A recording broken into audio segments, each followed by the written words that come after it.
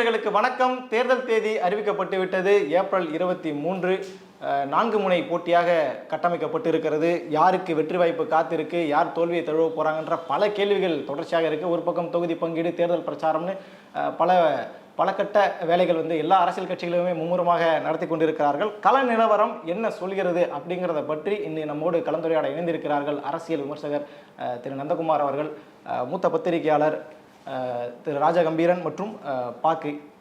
பல்வேறு விஷயங்களை குறித்து நம்ம இன்னைக்கு கேட்க இருக்கிறோம். அவங்கள்ட்ட நம்ம கேட்டு தெரிஞ்சுக்கலாம். முதல் கட்டமாக நான் ராஜகம்பீரன் அவர்கிட்ட நான் ஆரம்பிக்கிறேன். வணக்கம் சார். நீங்கள் தொடர்ச்சியாக எல்லா ஊடகங்களையும் நீங்கள் பேசிக்கிட்டு இருக்கீங்க. என்ன சப்ஜெக்ட் உங்களால் ஈஸியாக அனலைஸ் பண்ண முடியும். 4 கட்ட போட்டி சார். இது வரைக்கும் நம்ம பார்க்காத பல விஷயங்கள்லாம் நம்ம தொடர்ச்சியாக நம்ம பேசிக்கிட்டு இருக்கோம். உங்களோட அப்சர்வேஷன் என்ன? யாருக்கு கை ஓங்கி இருக்கிறது? திமுக 2 வலிமையான சக்தியாக இருக்குது இந்த முறை.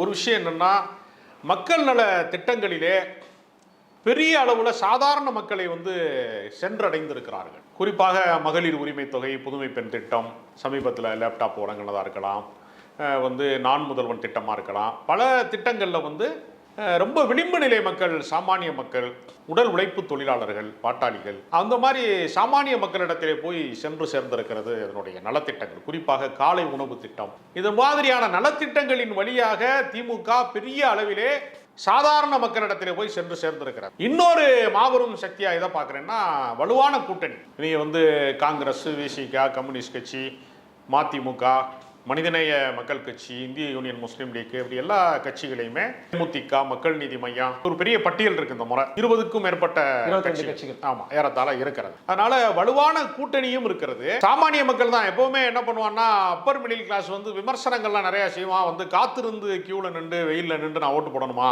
இந்த கடுங்கோடையில அப்படின்னு பாதி பேர் வரமாட்டான். எப்பவுமே நீங்க பாத்தீங்கன்னா ஒரு 68% தான் வாக்குப்பதிவு ஆகும். 70 கூட தொடுவது இல்லை. அப்போ ஒரு 30% பேர் என்ன நினைக்கிறாங்கன்னு கூட நமக்கு தெரியாது. அந்த 30%க்குள்ள இந்த எலைட் அரசியல் பேசுறவங்கலாம் இருப்பாங்க. இப்போ இந்த சாமானிய மக்களா இருக்கிறவங்க, விளிம்பு நிலை மக்களா இருக்கிறவங்க தான் ரேஷன் கடை கியூல யார் நிற்கிறாங்களோ, டவுன் பஸ்ஸுக்காக யார் காத்திருக்கிறாங்களோ அவங்க தான் வாக்காளர்கள். அந்த தரப்பு மக்களை வென்றெடுத்ததுல திமுக முதன்மை வகிக்கிறது. திமுகவுக்கு இருக்கக்கூடிய சின்ன சின்ன எதிர்ப்புகள், சின்ன சின்ன மாற்று கருத்துக்களை எல்லாம் அறுவடை செய்யக்கூடிய, அதிகாரமாக மடைமாற்றம் செய்து அறுவடை செய்யக்கூடிய இடத்துல எதிர்கட்சிகள் எதுவுமே ஒரு குடையின் கீழ் இல்லை. எல்லா கட்சிகளுமே என்ன செய்வாங்கன்னா, திமுகவை எதிர்ப்பவர்கள் எல்லாருமே தனித்தனி அணிகளாக இருக்கிறாங்க.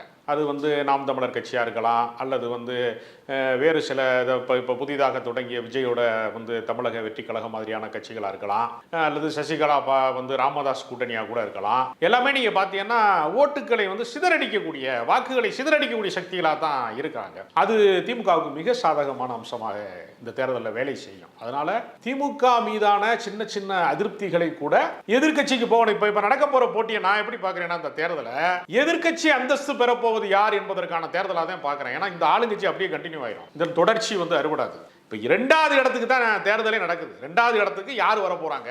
அதிமுக எதிர்கட்சியா தொடருமா, இல்ல அந்த இடத்திற்கு வேற ஏதாவது கட்சிகள் முன்னேறி வருமா? இப்ப நீங்க தாவேகா மாதிரி கட்சிகள்லாம் சொல்றாங்கல்ல, நாங்க தான் சொல்றாங்கல்ல, அது களத்துல என்னவாக போகுது நமக்கு தெரியல. அவர்கள் முதன்மை சக்தியா ஆக முடியாது. தமிழ்நாட்டில் நடக்கக்கூடிய இந்த தேர்தல் என்பது எதிர்கட்சியாக யார் வரப்போகிறார்கள். ஒருவேளை திமுக கூட்டணியில இருந்து அதிகமா ஜெயிச்சவங்களே எதிர்கட்சியா வரக்கூடிய வாய்ப்பு கூட இருக்கு. அது காங்கிரஸா கூட வரலாம். கூடுதல் தொகுதி வாங்கியிருக்கிறாங்க அவங்க எல்லாம். அப்படி கூட நாளைக்கு நிகழலாம். அப்படித்தானே விஜயகாந்த் அதிமுக கூட்டணியில ஜெயிச்சுட்டு விஜயகாந்த் எதிர்கட்சி தலைவர் ஆனார் இல்லையா, ஒரே கூட்டணிக்குள்ள இருந்து, அப்படி கூட நடக்கலாம்னு எனக்கு தோணுது. ஏன்னா அவ்வளவு பலவீனப்பட்டு தான் இருக்கிறது. அதாவது தமிழ்நாட்டு அரசியலை பொறுத்தவரையில, மாநில அரசியலை பொறுத்தவரையில தேசிய கட்சிகளினுடைய தாக்கம் இருக்குல்ல, அது எப்பவுமே மாநில தேர்தலை பாதித்ததே கிடையாது. இவங்க என்டிஏ கூட்டணின்னு சொல்றவங்க எல்லாருமே என்ன செய்வாங்கன்னா, பாஜக பெரிய பூதாகரமான சக்தி, ஒரு அசுர வலிமை கொண்ட சக்தி அப்படின்லாம் சொல்லுவாங்க. அது இந்தியா முழுமைக்கும் கூட பொருத்தமா இருக்கலாம். தமிழ்நாட்டுக்கு அது பொருத்த முடியாது அல்ல. தமிழ்நாட்டுக்கு மோடி வர்றாருன்னா திமுகவுக்கு தான் வாக்கு வங்கி அதிகரிக்கும். தமிழ்நாட்டுக்கு அமித்ஷா வர்றாருன்னா திமுகவுக்கு ரொம்ப ரொம்ப நல்லது. அதனால எல்லாரும் சேர்ந்து திமுகவுக்காக உழைச்சிட்டு இருக்காங்க. திமுக காரன் உழைக்கிறத விட திமுக எதிர்ப்பாளர்கள் திமுகவுக்கு அதிகமாக வேலை செய்யறாங்க இந்த தேர்தலில்.